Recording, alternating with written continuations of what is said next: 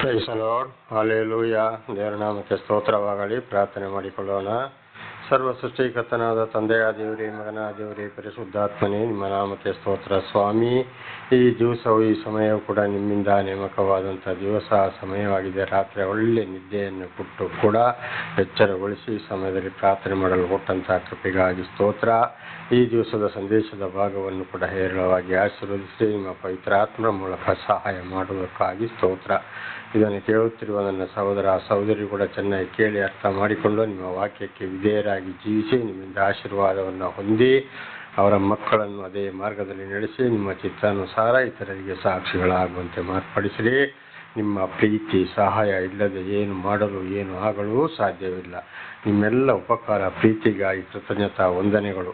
ಯೇಸುವಿನ ನಾಮದಲ್ಲಿ ಪ್ರಾರ್ಥಿಸಿದ್ದೇನೆ ನಮ್ಮ ತಂದೆಯೇ, ಆಮೇನ್. ಇದನ್ನು ಕೇಳುತ್ತಿರುವ ನನ್ನ ಸಹೋದರ ಸಹೋದರಿ, ನಿಮಗೂ ನನ್ನ ಹೃದಯಪೂರ್ವಕವಾದಂಥ ನಮಸ್ಕಾರಗಳು. ದೇವರು ಈ ದಿವಸವೂ ಕೂಡ ನಿಮ್ಮನ್ನು ನಿಮ್ಮ ಮಕ್ಕಳನ್ನು ಎಲ್ಲ ರೀತಿಯಲ್ಲಿ ಹೇರಳವಾಗಿ ಆಶೀರ್ವದಿಸಲೆಂದು ಪ್ರತಿ ದಿವಸ ಬೆಳಗಿನ ಜಾವದಲ್ಲಿ ಪ್ರಾರ್ಥಿಸುವವನಾಗಿದ್ದೇನೆ. ದೇವರು ನಮಗೆ ಸ್ತೋತ್ರ. ಈ ದಿವಸದ ಸಂದೇಶದ ಭಾಗವು ಕೀರ್ತನೆಗಳು 65ನೇ ಅಧ್ಯಾಯ 10ರಿಂದ. ಕೀರ್ತನೆಗಳು 65:10. ನೇಗಿಲ ಗೆರೆಗಳನ್ನು ತ್ಯಾವಿಸಿ ಮಳೆಯಿಂದ ಅದರ ಹೆಂಟೆಗಳನ್ನು ಕರಗಿಸಿ ಸಮ ಮಾಡುತ್ತಿ ಅದರ ಬೆಳೆಯನ್ನು ವೃದ್ಧಿಪಡಿಸುತ್ತಿ. ನೋಡಿ, ಇವತ್ತು ಭೂಮಿಯನ್ನು ಉಳಬೇಕಾದ್ರೂ ಕೂಡ ಬೇಸಿಗೆಯಲ್ಲಿ ಪ್ರತಿ ವರ್ಷ ಮಳೆಗಾಲ ನಿಂತ ಮೇಲೆ ಬೇಸಿಗೆಯಲ್ಲಿ ಏನಾಗ್ತದೆ, ಮಣ್ಣು ಒಣಗಿ ಹೋಗಿ ಬಹಳ ಗಟ್ಟಿಯಾಗಿರ್ತದೆ. ಆ ಮಣ್ಣು ಮತ್ತೆ ಹದ ಆಗಬೇಕಾದ್ರೆ ಮುಂಗಾರು ಮಳೆ ಸರಿಯಾಗಿ ಬಿದ್ದು ಮಳೆ ಬೀಳದೆ ಹೋದರೆ ಅದು ಹದವಾಗುವುದಿಲ್ಲ. ಒಟ್ಟಾರೆ ಮಳೆ ಬೀಳದಿದ್ದರೆ ಭೂಮಿಯ ಮಣ್ಣು ಹದವಾಗುವುದಿಲ್ಲ. ಆ ಹದ ಆದರೆ ಮಾತ್ರ ಇವತ್ತು ಎತ್ತುಗಳಲ್ಲಿಯೋ, ಟಿಲ್ಲರ್ಗಳಲ್ಲಿಯೋ, ಟ್ರ್ಯಾಕ್ಟರ್ಗಳಲ್ಲಿಯೋ, ನಾನಾ ರೀತಿಯ ಮಿಷಿನ್ಗಳಲ್ಲಿಯೋ ಇವತ್ತು ಭೂಮಿಯನ್ನು ಉಳಲು ಸಾಧ್ಯ. ಒಂದು ವೇಳೆ ಮಳೆ ಬೀಳದಿದ್ದರೆ ಆ ಭೂಮಿಯನ್ನು ಉಳಲಿಕ್ಕೆ ಆಗ್ತದೋ? ಆಗುವುದೇ ಇಲ್ಲ. ದೇವರ ನಾಮಕ್ಕೆ ಸ್ತೋತ್ರವಾಗಲಿ. ಮೆದು ಮಣ್ಣನ್ನಾದರೂ ಸಮಯ ಉಳ್ಬೋದು, ಎಲ್ಲ ಕಡೆ ಉಳಲು ಸಾಧ್ಯವೇ ಇಲ್ಲ. ಹಾಗಾದರೆ ಮಳೆ ಬೀಳಬೇಕಾದ್ರೆ ಮಳೆಯನ್ನು ಯಾರು ಬರಮಾಡಿದ್ರು? ಅದನ್ನು ಮೊನ್ನೆ ಕೂಡ ನಾವು ತಿಳಿದುಕೊಂಡಿದ್ದೇವೆ ಸಂದೇಶದಲ್ಲಿ. ಭೂಮಿಯ ಕಡೆಯಿಂದ ಈ ಸಮುದ್ರದಿಂದ ಮಂಜುಗಡ್ಡೆಯನ್ನು, ನೀರನ್ನು ಮೋಡದ ರೂಪದಲ್ಲಿ ವಾಯುಮಂಡಲದಲ್ಲಿ ತೆಗೆದುಕೊಂಡು ಬಂದು ಎಲ್ಲಿ ಬೇಕು ಅಲ್ಲೇ ಬೀಳ್ತದೆ. ಆಗ ಈ ಕೆಲಸವನ್ನು ಮಾಡೋರು ಯಾರಾಗಿದ್ದಾರೆ? ದೇವರು. ಆ ಮಂಜುಗಡ್ಡೆ ನೀರಾಗುವಾಗಿ ನೋಡಿ ಗುಡುಗು ಬರ್ತದೆ. ಆ ಗುಡುಗು ಯಾರು? ದೇವರ ಧನಿ, ದೇವರ ಗರ್ಜನೆಗೆ ಆ ಮೋಡ ಕರಗಿ ನೀರಾಗಿ ಬೀಳುವಂಥದ್ದು. ಅದನ್ನು ದೇವರು ಗರ್ಜಿಸುವಂಥದ್ದು. ದೇವರ ನಮಗೆ ಸ್ತೋತ್ರ. ಆಗ ಇವತ್ತು ಭೂಮಿಯನ್ನು ಉಳಲು ಮಾಡಲು, ಹದ ಮಾಡಲು, ಬೀಜ ಹಾಕೊಳ್ಳೋದು, ಹುಟ್ಟಲು, ಬೆಳೆಯಲು, ಹೂ ಬಿಡಲು, ಕಾಯಿ ಬಿಡಲು, ಹಣ್ಣು ಮಾಡುವುದು, ಒಣಗಿಸುವುದು, ಪ್ರತಿಯೊಂದು ಯಾರ ಕೆಲಸ, ಯಾರ ಆಶೀರ್ವಾದ? ದೇವರ ಆಶೀರ್ವಾದ. ಇದನ್ನೆಲ್ಲವನ್ನು ನಾವು ಚೆನ್ನಾಗಿ ತಿಳ್ಕೊಂಡು ದೇವರಿಲ್ಲದ ಕಾರ್ಯ ಯಾವುದೂ ಇಲ್ಲ. ಪ್ರತಿಯೊಂದು ಕಾರ್ಯವೂ ಕೂಡ ದೇವರದ್ದೇ. ಪ್ರತಿಯೊಂದು ಕಾರ್ಯಗಳಿಗೂ ಕೂಡ ನಾವು ದೇವರಿಗೆ ಸ್ತೋತ್ರವನ್ನು ಸಲ್ಲಿಸುವಂಥದ್ದು. ಆ ಮಳೆ ಬೆಳೆಗಳಿಗಾಗಿ ಕೂಡ ನಾವು ಏನು ಮಾಡಬೇಕು? ದೇವರಲ್ಲಿ ಪ್ರಾರ್ಥಿಸಬೇಕು. ದೇವರ ನಾಮಕ್ಕೆ ಸ್ತೋತ್ರವಾಗಲಿ. ಹಲ್ಲೆಲೂಯಾ. ಹಾಗಾದರೆ ನಿನ್ನೆ ಕೂಡ ಇದನ್ನು ನಾವು ತಿಳ್ಕೊಂಡಿದ್ದೇವೆ. ಒಂದೊಂದು ಕಡೆಗೆ ಮಳೆ ಬಹಳವಾಗಿ ಮಳೆ ಹೊಡೆದು ಸರ್ವನಾಶ ಮಾಡ್ತದಲ್ಲ ಅಂತ. ಅದು ದೇವರು ಪಡಿಸ್ತಾರೆ. ದೇವರು ಆದುಕೊಂಡವರ ಮುಖಾಂತರ ನಾನಾ ಗ್ರಂಥಗಳ ಮೂಲಕ ತಿಳಿಯಪಡಿಸ್ತಾರೆ. ಆಗ ದೇವರ ಮಾತಿಗೆ ಕಿವಿ ಕೊಡದೆ ನಾನು ನನ್ನಂತೇಳಿ ಮಣ್ಣು, ಬೆಳ್ಳಿ, ಬಂಗಾರ, ಕಟ್ಟಿಗೆಯಿಂದ, ಮರದಿಂದ, ಸ್ಟೀಲಿನಿಂದ, ಕಬ್ಬಿಣದಿಂದ ನಾನಾ ರೀತಿಯ ಮೂರ್ತಿಗಳನ್ನು ಮಾಡಿಕೊಂಡು ಅದಕ್ಕೆ ಪೂಜೆ ಪುಸ್ಕಾರ ಮಾಡಿಕೊಂಡು ಕಪ್ಪೆ ಮದುವೆ ಅಂತೆ, ಕತ್ತೆಗಳ ಮೆರವಣಿಗೆ ಅಂತೆ, ಇನ್ನು ಏನೆಲ್ಲೋ ಮಾಡಿಕೊಂಡು ಇದೆಲ್ಲ ದೇವರಿಗೆ ಬಹಳ ಅನ್ಯಾಯ, ಬಹಳ ಬೇಸರ. ಪೂಜೆ ಪುಸ್ಕಾರಗಳನ್ನ ಮಾಡುವಂಥದ್ದು, ಪ್ರಾಣಿ ಬಲಿಗಳನ್ನ ಕೊಡುವಂಥದ್ದು, ಪಕ್ಷಿ ಬಲಿಗಳನ್ನ ಕೊಡುವಂಥದ್ದು ಬಹಳ ಬೇಸರ. ಈ ಕೋಪಕ್ಕಾಗಿ ದೇವರು ಏನು ಮಾಡ್ತಾರೆ? ದೇವರು ಭೂಲೋಕಕ್ಕೆ ಕೊಡುವಂಥ ಶಿಕ್ಷೆಯಾಗಿದೆ. ಅದುವೇ ಮಳೆ, ಚಂಡಮಾರುತ, ಸುನಾಮಿ, ಬೆಟ್ಟ ಗುಡ್ಡ ಜರಿಯೋದು, ಸರ್ವನಾಶ ಇದುವೇ ಆಗಿದೆ. ಹಾಗೆ ದೇವರ ಸಹಾಯ ಇಲ್ಲದೆ ಉಳಲು ಸಾಧ್ಯವಿಲ್ಲ, ಬೆಳೆ ಬೆಳೆಯಲು ಕೂಡ ಸಾಧ್ಯವಿಲ್ಲ. ಅದು ಕೂಡ ದೇವರ ಕಾರ್ಯವೇ. ದೇವರ ನಾಮಕ್ಕೆ ಸ್ತೋತ್ರವಾಗಲಿ. ಹಾಗೆ ಏನೇ ಇದ್ದರೂ ದೇವರ ದರ್ಶನವಾದ ಮೇಲೆ, ದೇವರ ವಾಕ್ಯವನ್ನು ನಮಗೆ ತಿಳಿಪಡಿಸಿದ ಮೇಲೆ, ಪಡಿಸಿದ ಮೇಲೆ ನಾವು ದೇವರ ವಾಕ್ಯಕ್ಕೆ ವಿಧೇಯರಾಗಿ ಜೀವಿಸಬೇಕು. ದೇವರ ವಾಕ್ಯಕ್ಕೆ ವಿರೋಧವಾಗಿ ನಡೆದುಕೊಂಡಾಗ ನಾನಾ ರೀತಿ ಕಷ್ಟ, ಸಂಕಟ, ದುಃಖಗಳನ್ನು ಅನುಭವಿಸುವಂಥದ್ದು. ದೇವರ ನಾಮಕ್ಕೆ ಸ್ತೋತ್ರ. ಹಾಗೆ ಅದರ ಬೆಳೆಯನ್ನು ವೃದ್ಧಿಪಡಿಸುತ್ತೀ. ನೋಡಿ, ದೇವರ ಮಾತನ್ನು ಕೇಳಿದಾಗ ಅಂಥವರ ಬೆಳೆಯು ಕೂಡ ಬಹಳ ವೃದ್ಧಿಯಾಗಿ ಬರುತ್ತದೆ, ಯಾವುದೇ ಕಾರಣಕ್ಕೆ ತೊಂದರೆ ಆಗುವುದಿಲ್ಲ. ಅದನ್ನು ಕೂಡ ಐಗುಪ್ತ ದೇಶದಿಂದ ಇಸ್ರೇಲರನ್ನು ಬಿಡುಗಡೆ ಮಾಡಿಕೊಂಡು ಬಂದಾಗ ಆಮೇಲೆ ಇಸ್ರೇಲರಿಗೆ ಹೇಳಿದರು ದೇವರು, ಅಂದರೆ 18-20 ವರ್ಷದ ಕೆಳಪಟ್ಟ ಸಂತಾನಕ್ಕೆ, ಗಂಡು ಸಂತಾನಕ್ಕೆ, ನೀವು ನನ್ನ ಮಾತಿಗೆ ವಿಧೇಯರಾದರೆ ಐಗುಪ್ತ ದೇಶದವರಿಗೆಲ್ಲ, ಇಸ್ರೇಲರಿಗೆ ಹೇಳಿದ ಐಗುಪ್ತ ದೇಶದವರಿಗೆ ಬರಮಾಡಿದ ಒಂದು ರೋಗಗಳನ್ನು ಕೂಡ ನಿಮಗೆ ನಾನು ಮಾಡುವುದಿಲ್ಲ ಅಂತ ಐಗುಪ್ತ ದೇಶದಲ್ಲಿ ಏನು ಮಾಡಿದರು, ದೇವರು ಮೋಶೆಯ ಮೂಲಕ ದೇವರ ಮಾತನ್ನು ತಿಳಿಯಪಡಿಸಿದಾಗ, ಮೋಶೆ ಅಂದರೆ ನೀರಿಂದ ಎತ್ತಲ್ಪಟ್ಟವನು ಅಂತ ಇದನ್ನು ಬಹಳ ಸಲ ನಾವು ತಿಳ್ಕೊಂಡಿದ್ದೇವೆ. ಅಲ್ಲಿ ತಿಳಿಸಿದಾಗ ಏನು ಮಾಡಿದರು, ನಾನಾ ರೀತಿ ಇದು ಬೆಂಕಿಯ ಮಳೆಯನ್ನು ಕೂಡ ಅಲ್ಲಿ ಸುರಿಸಿದ್ರು.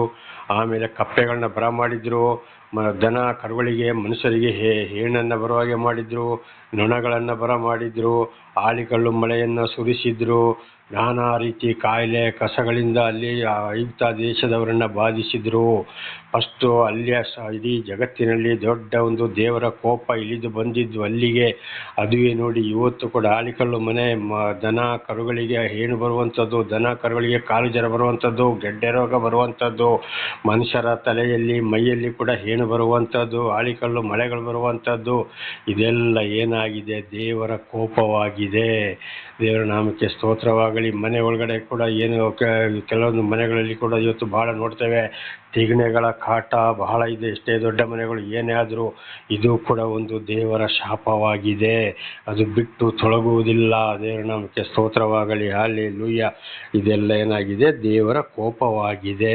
ಹಲ್ಲೆಲೂಯಾ. ಅದಕ್ಕೆ ದೇವರ ಮಾತಿಗೆ ವಿಧೇಯರಾಗಿ ನಾವು ಜೀವಿಸಬೇಕು. ಪ್ರತಿಯೊಂದು ಕಾರ್ಯಗಳು ಕೂಡ ದೇವರಿಂದಲೇ, ದೇವರಿಗೆ ನಮ್ಮ ಸ್ತುತಿ ಸ್ತೋತ್ರ ಎಂಬ ಯಜ್ಞವನ್ನು ಸಮರ್ಪಿಸಬೇಕು. 11ನೇ ವಾಕ್ಯ 65:11. ನಿನ್ನ ಕೃಪೆಯಿಂದ ಸಂಸ್ತರಕ್ಕೆ ಸುಭಿಕ್ಷ ಕಿರೀಟವನ್ನು ಇಟ್ಟಿದ್ದಿ, ನೀನು ಹಾದು ಹೋಗುವ ಮಾರ್ಗದಲ್ಲೆಲ್ಲ ಸಮೃದ್ಧಿಕರವಾದ ವೃಷ್ಟಿಯು ಸುರಿಯುವುದು. ನಿನ್ನ ಕೃಪೆಯಿಂದ ಸಂಸ್ತರಕ್ಕೆ ಸುಭಿಕ್ಷ ಕಿರೀಟವನ್ನು ಇಟ್ಟಿದ್ದಿ.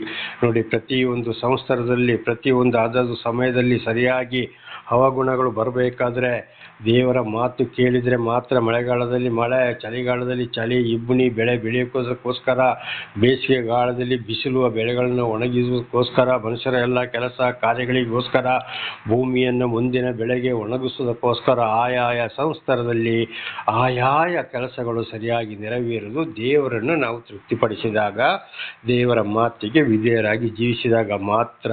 ಈಗ ಏನಾಗಿದೆ ನೋಡಿ, ಮಳೆಗಾಲವೇ ಒಂದು ಬೇರೆ, ಚಳಿಗಾಲವೇ ಒಂದು ಬೇರೆ. ಚಳಿಗಾಲಂತೂ ಬಹಳ ಕಡಿಮೆ, ಬಹಳ ಬಿಸಿ, ಬೇಸಿಗೆ, ಮಳೆಗಾಲದಲ್ಲಿ ಕೂಡ ಮಳೆಯೇ ಇಲ್ಲ.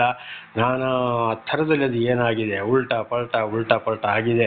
ಈಗ ಉದಾಹರಣೆಗೆ ನಾವು ಕೂಡ ಚಿಕ್ಕದಾಗಿರೋದ್ರಿಂದ ಸಮಯಕ್ಕೆ ಸರಿಯಾಗಿ ಆಯಾಯ ನಕ್ಷತ್ರಗಳಿಗೆ ಸರಿಯಾಗಿ ಮಳೆ ಸುರಿತಾ ಇತ್ತು. ಇವತ್ತು ಆ ನಕ್ಷತ್ರಗಳಲ್ಲಿ ಮಳೆಯೇ ಇಲ್ಲ. ಚಳಿಗಾಲ ಯಾವಾಗಲೂ ಏನೋ, ಚಳಿಗಾಲವು ಕಡಿಮೆ, ಬೇಸಿಗೆಗಾಲ ಮಾತ್ರ ಇವತ್ತು ಭೂಮಿಯನ್ನು ಸುಡ್ತಾ ಇದೆ. ಇವತ್ತು ರೈತರಿಗೆ ನೀರಿಲ್ಲ, ಜಲಾಶಯ ಬತ್ತಿ ಹೋಗಿದೆ, ಹೊಳೆಯಲ್ಲಿ ನೀರಿಲ್ಲ, ಕುಡಿಯೋಕ್ಕೆ ನೀರಿಲ್ಲ. ಆಕಾಶವನ್ನು ತಾಮ್ರದಂತೆಯೇ ಭೂಮಿಯನ್ನು ಕಬ್ಬಿಣದಂತೆಯೇ ಒಣಗಿಸ್ತೇನೆ ಅಂತ ಹೇಳಿ ಬೈಬಲಿನಲ್ಲಿ ಧರ್ಮೋಪದೇಶಕಾಂಡ 28ನೇ ಅಧ್ಯಾಯದಲ್ಲಿ, ಯಾಜಕಕಾಂಡ 26ನೇ ಅಧ್ಯಾಯದಲ್ಲಿ ಬರೆಯಲ್ಪಟ್ಟಿದೆ.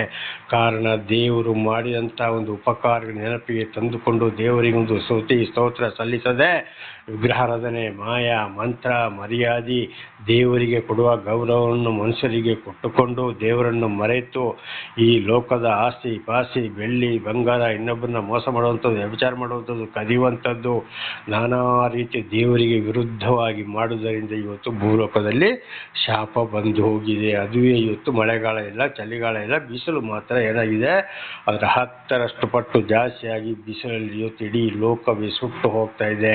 ಒಂದೊಂದು ಕಡೆಗೆ ಬರೀ ಮಳೆ ಬಂದು ಕೊಚ್ಚಿಕೊಂಡು ಕೂಡ ಈಗ ಹೋಗ್ತಾ ಇದೆ. ಕಾರಣ ಯಾಕೆಂದರೆ ಎಲ್ಲೆಲ್ಲಿ ನನ್ನ ನಾಮಕ್ಕೆ ಕುಂದು ಬರುತ್ತದೋ ಅಲ್ಲೆಲ್ಲಿ ನಾನು ಶಿಕ್ಷೆಯನ್ನು ಕೊಡುತ್ತೇನೆ ಅಂತೇಳಿ ದೇವರು ಹೇಳಿದ್ದಾರೆ. ದೇವರ ನಾಮಕ್ಕೆ ಸ್ತೋತ್ರವಾಗಲಿ. ಅದುವೇ ಇವತ್ತು ನಡೀತಾ ಇರುವಂಥದ್ದು. ಇದು ಯಾಕೆಂದರೆ ದೇವರ ಕೋಪ. ಆದರೆ ದೇವರಿಗೆ ವಿಧೇಯರಾಗಿ ಎಲ್ಲಿ ನಡೀತಾರೋ ಅಲ್ಲಿ ಸರಿಯಾದ ಮಳೆ ಬೆಳೆಗಳು ಕೂಡ ಬರ್ತದೆ. ಒಂದು ವೇಳೆ ಲೋಕಕ್ಕೆ ಬಂದಿದ್ದು ಒಂದೊಂದು ಮನೆಗಳಿಗೂ ಮಾತ್ರ ಅದು ದೇವರ ಆಶೀರ್ವಾದವನ್ನು ಬರಮಾಡಲು ಆಗುವುದಿಲ್ಲ. ಆದರೆ ಅದು ಅವರಿಗೆ ಏನಾಗ್ತದೆ, ಖಂಡಿತವಾಗಿ ಅವರ ಜೀವನಕ್ಕಾಗಿ ಬೇಕಾಗಿದ್ದನ್ನು ದೇವರೇ ರಕ್ಷಿಸುವವರಾಗಿದ್ದಾರೆ ಅವರನ್ನು. ಅದು ಇವತ್ತು ಕೂಡ ಕಾಣಬಹುದು. ಹಾಗಿರುವಾಗ ನಾವು ಲೋಕದ ಬೆಳೆಗಳಿಗಾಗಿ ಕೂಡ ದೇವರ ಮಾತು ಕೇಳಿ ದೇವರಲ್ಲಿ ನಾವು ಪ್ರಾರ್ಥಿಸಬೇಕು. ದೇವರ ಮಾತಿಗೆ ವಿಧೇಯರಾದರೆ ಮಾತ್ರ ನಮ್ಮ ಪ್ರತಿಯೊಂದು ಆಸ್ತಿ, ಪ್ರಾಣಿ, ಪಕ್ಷಿ, ಮನೆ, ಐಶ್ವರ್ಯ ನಮಗೆ ಸಮೃದ್ಧಿಯಾಗಲು ಸಾಧ್ಯ. ದೇವರ ನಮಗೆ ಸ್ತೋತ್ರ. ಇದುವೇ ಸುಭಿಕ್ಷ ಕಿರೀಟವನ್ನು ಇಟ್ಟಿದ್ದಿ ಅಂತ ಹೇಳಿದ್ದು. ನೀನು ಹಾದು ಹೋಗುವ ಮಾರ್ಗದಲ್ಲೆಲ್ಲ ಸಮೃದ್ಧಿಕರವಾದ ವೃಷ್ಟಿ ಸುರಿಯುವುದು. ನೋಡಿ, ದೇವರ ದೃಷ್ಟಿ ಎಲ್ಲಿದೆಯೋ, ಎಲ್ಲಿ ಇಡ್ತಾರೋ, ಎಲ್ಲೆಲ್ಲ ಹೋಗ್ತಾರೋ ಪ್ರತಿ ಒಂದನ್ನು ದೇವರು ಆಕಾಶದ ಮೇಲೆ ಜಲರಾಶಿ ಮೇಲೆ ಕೂತುಕೊಂಡು ಪ್ರತಿಯೊಂದನ್ನು ವೀಕ್ಷಿಸುವವರಾಗಿದ್ದಾರೆ. ಅಂತಲ್ಲಿ ಸಮೃದ್ಧಿ ಅಂದರೆ ಒಂದು ಲೋಕಕ್ಕೆ, ಇಡೀ ಒಂದು ಊರಿಗೆ, ಒಂದು ತಾಲೂಕಿಗೆ, ಒಂದು ಜಿಲ್ಲೆಗೆ, ಒಂದು ರಾಜ್ಯಕ್ಕೆ, ಒಂದು ದೇಶಕ್ಕೆ ಬರಗಾಲ ಬಂದರೂ ಕೂಡ ದೇವರು ಆದುಕೊಂಡವರಿಗೆ ಅದನ್ನು ಸಹಿಸಿಕೊಂಡು ಮುಂದೆ ಹೋಗಲು ಬೇಕಾದಂಥ ಶಾಂತಿ, ಸಮಾಧಾನ, ಆರೋಗ್ಯ, ಊಟವನ್ನು ಕೊಟ್ಟು ದೇವರು ಅಂಥ ಕುಟುಂಬವನ್ನು ಒಬ್ಬರೇ ಆದರೆ ಒಬ್ಬರು, ಒಂದು ಕುಟುಂಬ ಆದರೆ ಒಂದು ಕುಟುಂಬವನ್ನು ರಕ್ಷಿಸುವವರಾಗಿದ್ದಾರೆ. ದೇವರ ನಾಮಕ್ಕೆ ಸ್ತೋತ್ರವಾಗಲಿ. ಹಲ್ಲೆಲೂಯಾ. ನೋಡಿ, ಉದಾಹರಣೆಗೆ 3 ವರ್ಷ 6 ತಿಂಗಳು ಕಾನಾನ್ ದೇಶದಲ್ಲಿ ಮಳೆ ಬಾರದಿದ್ದರೂ ಒಂದು ವಿಧವೆ ಬಳಿಗೆ ಎಳಿಯನನ್ನು ಕಳುಹಿಸಿ ಒಂದು ತುಂಡು ರೊಟ್ಟಿ ಮಾಡಿ ಕೊಡು ನನಗೆ ಹೇಳುವಾಗ, ಇಲ್ಲ ನನಗೆ ಒಂದು ಸ್ವಲ್ಪ ರೊಟ್ಟಿನಲ್ಲಿ ಗೋಧಿ ಹಿಟ್ಟು ಮತ್ತು ಎಣ್ಣೆ ಅಂತ ಹೇಳುವಾಗ, ನೀನು ನನಗೆ ಒಂದು ತುಂಡು ರೊಟ್ಟಿ ನೀನು ಮಾಡಿ ಕೊಟ್ಟು ನೋಡು ಅಂತ ಎಳಿಯ ಹೇಳಿದಾಗ ಆ ವಿಧವೆ ಮಾಡಿ ಕೊಟ್ಟಾಗ ಆ 3 ವರ್ಷ 6 ತಿಂಗಳು ಕಾನಾನ್ ದೇಶದಲ್ಲಿ ಮಳೆ ಬಾರದೆ ಇದ್ದಾಗ ಅಂಥ ಬರಗಾಲ ಬಂದಾಗ ಆ ಒಂದು ತುಂಡು ರೊಟ್ಟಿ ದೇವರ ಮನುಷ್ಯನಾದ ಎಲಿಯನಿಗೆ ಕೊಟ್ಟಾಗ 3 ವರ್ಷ 6 ತಿಂಗಳು ಎಣ್ಣೆಯು ಆರಲಿಲ್ಲ, ಹಿಟ್ಟು ಆರಲಿಲ್ಲ. ದೇವರ ನಮಗೆ ಸ್ತೋತ್ರ. ನೋಡಿ, ಅವರನ್ನು ಏನು ಮಾಡಿದರು? ದೇವರಲ್ಲಿ ಉದ್ಧರಿಸಿದರು. ಅದೇ ಸೊದೋಮ್ ಗೊಮೋರ ಬೆಂಕಿ ಬೀಳಬೇಕಾದ್ರೆ ರಾಹಾಬಳೆಂಬ ಒಂದು ಸೂಳೆ ದೇವರ ದೂತರನ್ನು ರಕ್ಷಿಸಿದಾಗ ಇಡೀ ಸೊದೋಮ್ ಗೊಮೋರ ಸುಟ್ಟು ಹೋದರು. ಆ ರಾಹಾಬಳು ವೇಶ್ಯ ಮತ್ತು ಅವಳ ಇಡೀ ಕುಟುಂಬ ಸಂಸಾರವನ್ನೇ ದೇವರ ದೂತರ ಮುಖಾಂತರ ದೇವರು ಆ ಸೊದೋಮ್ ಗೊಮೋರದಿಂದ ಹೊರಹಾಕಿ ಬೆಳಗಿನ ಜಾವದಲ್ಲಿ ಆಕಾಶದಿಂದ ಬೆಂಕಿ ಸುರಿದು ಸುಟ್ಟು ಹಾಕುವ ಹಾಗೆ ಮಾಡಿದರು. ದೇವರ ನಾಮಕ್ಕೆ ಸ್ತೋತ್ರವಾಗಲಿ. ಇದು ಇವತ್ತು ಕೂಡ ನಡೀತದೆ. ಒಂದೊಂದು ಕಡೆ ಸರಿಯಾದ ಶಿಕ್ಷೆ ಬರಬೇಕಾದ್ರೆ ದೇವರಿಗೆ ಯಾರು ಬೇಕೋ, ಯಾರು ವಿಧೇಯರಾಗ್ತಾರೋ ಅಂಥವರನ್ನೇ ದೇವರು ರಕ್ಷಿಸುವವರಾಗಿದ್ದಾರೆ. ಅವ್ರಿಗೆ ಕಷ್ಟ ಇದೆ, ಆದರೂ ಅಲ್ಲಿಂದ ರಕ್ಷಣೆ ಮಾಡ್ತಾರೆ. ಇದು ಕೇಳಿ ದಾವೀದ ಅರಸರು ಹೇಳಿದ್ದು, ನೀನು ಹಾದು ಹೋಗುವ ಮಾರ್ಗದಲ್ಲೆಲ್ಲ ಸಮೃದ್ಧಿಕರವಾದ ವೃಷ್ಟಿ ಸುರಿಯಬಹುದು. ಒಂದೊಂದು ಕಡೆ ಇಂಥ ಒಂದು ಕೆಟ್ಟವರು ಅಂತೇಳಿ ನಾವು ಯೋಚನೆ ಮಾಡಬಾರ್ದು. ದೇವರಿಗೆ ವಿಧೇಯರಾಗುವವರನ್ನ ದೇವರು ಯಾರನ್ನು ರಕ್ಷಿಸಬೇಕು ಅವರನ್ನು ರಕ್ಷಿಸಬೇಕು. ಯಾರನ್ನ ಸರ್ವನಾಶ ಮಾಡಬೇಕು, ಆ ಗರ್ವ ಅಹಂಕಾರಿಗಳನ್ನು ಖಂಡಿತವಾಗಿ ನಾಶ ಮಾಡ್ತಾರೆ, ಬಿಡುವುದಿಲ್ಲ. ಯಾಕೋಬನ ಪತ್ರಿಕೆಯಲ್ಲಿ ಕೂಡ ಹೊಸ ಒಡಂಬಡಿಕೆ ಇದನ್ನು ಬೈಬಲಿನ ನಾವು ಓದ್ತೇವೆ. ದೇವರು ಗರ್ವ ಅಹಂಕಾರಿಗಳನ್ನು ಎದುರಿಸುತ್ತಾನೆ, ದುಷ್ಟರನ್ನು ಸಂಹಾರ ನಾಶ ಮಾಡ್ತಾನೆ. ಕೀರ್ತನೆ 1:6 ವಚನದಲ್ಲಿ ಕೂಡ ಇದು ಬರೆಯಲ್ಪಟ್ಟಿದೆ, ಅನೇಕ ಕಡೆ ಬರೆಯಲ್ಪಟ್ಟಿದೆ. ಆದ್ದರಿಂದ ದೇವರು ನಮ್ಮ ಜೀವಿತದಲ್ಲಿ ಮಾಡಿದ ಉಪಕಾರ ನೆನಪಿಗೆ ತಂದುಕೊಂಡು ಮಳೆ ಬೆಳೆಗಳಿಗಾಗಿ ಪ್ರಾರ್ಥಿಸಿಕೊಂಡು ಇಡೀ ಲೋಕದ ರಾಜಕಾರಣಿಗಳಿಗೂ ಅಧಿಕಾರಿಗಳಿಗಾಗಿ ಪ್ರಾರ್ಥಿಸಿಕೊಂಡು ನಾವು ದೇವರಿಗೆ ಕೃತಜ್ಞತಾ ಸ್ತೋತ್ರವನ್ನು ಸಲ್ಲಿಸಿ ನಮ್ಮ ಜೀವಿತದಲ್ಲಿ ಅವರು ಎಂಥ ಒಂದು ಸಣ್ಣ ಕೆಲಸವಾಗಲಿ, ದೊಡ್ಡ ಕೆಲಸವಾಗಲಿ, ಕೂಲಿ ಕೆಲಸವಾಗಲಿ, ಎಂಥ ಕೆಲಸವಾಗಲಿ ಅದಕ್ಕಾಗಿ ದೇವರಿಗೆ ಸ್ತೋತ್ರ ಮಾಡಿಕೊಂಡು ನಾವು ಮುಂದೆ ಸಾಗಬೇಕು. ಗರ್ವ ಅಹಂಕಾರದಲ್ಲಿ ಮೆರೆದ್ರೆ ಒಂದಲ್ಲ ಒಂದು ಪೆಟ್ಟು ಬೀಳುವುದು ಗ್ಯಾರಂಟಿ. ದೇವರ ನಾಮಕ್ಕೆ ಸ್ತೋತ್ರ. ಇದು ಹಿಂದೆ ಕೂಡ ನಡೆದು ಹೋಗಿದೆ, ಎಲ್ಲ ಗ್ರಂಥಗಳಲ್ಲಿ ಇವೆ, ಈಗಲೂ ಕೂಡ ನಡೆಯುತ್ತಲೇ ಇದೆ. ಇದನ್ನು ತಿಳಿದುಕೊಳ್ಳಲು ಬಹಳ ಜ್ಞಾನ ಬೇಕು. ದೇವರಿಂದ ಬಂದ ಜ್ಞಾನ ಇದ್ದರೆ ಮಾತ್ರ ಸಾಧ್ಯ. ಆದರೆ ಇವತ್ತು ದೇವರು ಆಧರಿಸಿಕೊಂಡವರ ಮೂಲಕ ದೇವರು ಪ್ರೀತಿಯಿಂದ ವಾಕ್ಯಗಳ ಮುಖಾಂತರ ಎಚ್ಚರಿಸುತ್ತಾ ಇದ್ದಾರೆ. ನಾನಲ್ಲ, ದೇವರು ನನ್ನನ್ನು ಆರಿಸಿಕೊಂಡು ತಿಳಿಸುವಂಥದ್ದು. ಆದ್ದರಿಂದ ದೇವರಿಗೆ ಸ್ತುತಿ ಸ್ತೋತ್ರವನ್ನು ಸಲ್ಲಿಸುವುದು ಬಹಳ ಮುಖ್ಯ. ದೇವರ ನಮಗೆ ಸ್ತೋತ್ರ. 12ನೇ ವಚನ 65:12. ಮೇವು ಕಾಡುಗಳು ಹಚ್ಚಗೆ ಕಂಗೊಳಿಸುತ್ತವೆ. ನೋಡಿ, ಮಳೆಗಳು ಚೆನ್ನಾಗಿ ಬಂದು ಪ್ರಾಣಿಗಳಿಗೆ ಮೇವು ಕೂಡ ಈಗಾದರೆ ಗವರ್ಮೆಂಟ್ ಫೀಡ್ಗಳು, ಆ ಫೀಡು ಈ ಫೀಡು ಬಂದಿದೆ. ಮೊದಲು ಸೊಪ್ಪು ತಿಂದುಕೊಂಡು ಹುಲ್ಲು ಮೇದುಕೊಂಡು ಹಸಗಳು ಬಹಳ ಚೆನ್ನಾಗಿ ಹಾಲು ಕೊಡ್ತಾ ಇದ್ದವು. ಆಗ ಪ್ರಾಣಿಗಳು ಆದಿಕಾಂಡ 1ನೇ ಅಧ್ಯಾಯದಲ್ಲಿ ಕೂಡ ನೋಡುವಾಗ ಮನುಷ್ಯರಿಗೆ ಬೇಕಾದಂಥ ಪ್ರಾಣಿಗಳನ್ನು ಸೃಷ್ಟಿ ಮಾಡಿ ಆ ಕಾಡಲ್ಲಿ ಹುಲ್ಲು ಬೆಳೆಸುವುದು ಯಾರು? ದೇವರಾಗಿದ್ದಾರೆ. ಯಾಕೆ? ಈ ಪ್ರಾಣಿಗಳಿಗೋಸ್ಕರ, ಸೊಪ್ಪು ತಿನ್ನುವ ಪ್ರಾಣಿಗಳು ಇದ್ದಾವೆ, ಹಣ್ಣು ತಿನ್ನುವ ಪ್ರಾಣಿಗಳು ಇದ್ದಾವೆ, ಹುಲ್ಲು ಮೇಯುವುದು ದನ ಕರುಗಳು ಎಮ್ಮೆ ಕೋಣಗಳು ಕೂಡ ಇದ್ದಾವೆ. ದೊಡ್ಡ ದೊಡ್ಡ ಬಿದಿರು ಮರದಲ್ಲಿಗಳು ಕಾಡು ಪ್ರಾಣಿಗಳಿಗೆ ಇವತ್ತು ಸಿಂಹ ಇರ್ಬೋದು, ಜಿಂಕೆ ಇರ್ಬೋದು, ಆನೆ ಇರ್ಬೋದು, ಚಿರತೆ ಇರ್ಬೋದು, ಏನೇ ಇರ್ಬೋದು, ಇದಕ್ಕೆಲ್ಲ ಬೇಕಾದ ಮೇವುಗಳನ್ನು ಆದಿಕಾಂಡ 1ನೇ ಅಧ್ಯಾಯದಲ್ಲಿ ಕೂಡ ನೋಡುವಾಗ ದೇವರೇ ಸರ್ವವನ್ನು ಸೃಷ್ಟಿ ಮಾಡಿದ್ದಾರೆ. ಹಾಗೆ ಪ್ರಾಣಿಗಳು ಅದೆಲ್ಲವನ್ನು ಮನುಷ್ಯರಿಗೋಸ್ಕರ ಸೃಷ್ಟಿ ಮಾಡಿದ್ದಾರೆ. ಅದಕ್ಕೆ ಆಹಾರವನ್ನು ದೇವರೇ ಕೊಟ್ಟಿದ್ದಾನೆ. ಹಾಗೆ ಇವತ್ತು ಮಳೆಗಾಲ ಕಡಿಮೆಯಾಗಿ ಇವತ್ತು ಕಾಡಿನಲ್ಲಿ ದನ ಕುರಿಗಳಿಗೆ ಕಾಡು ಪ್ರಾಣಿಗಳಿಗೆ ಕುಡಿಯೋಕ್ಕೆ ನೀರು ಇಲ್ಲ, ಮೇವು ಇಲ್ಲ. ಅನೇಕ ಕಡೆಗೆ ಇವತ್ತು ನವಿಲುಗಳು, ಕೋತಿಗಳು, ಕಾಡು ಪ್ರಾಣಿಗಳು ಸತ್ತು ಹೋಗಿದ್ದಾವೆ.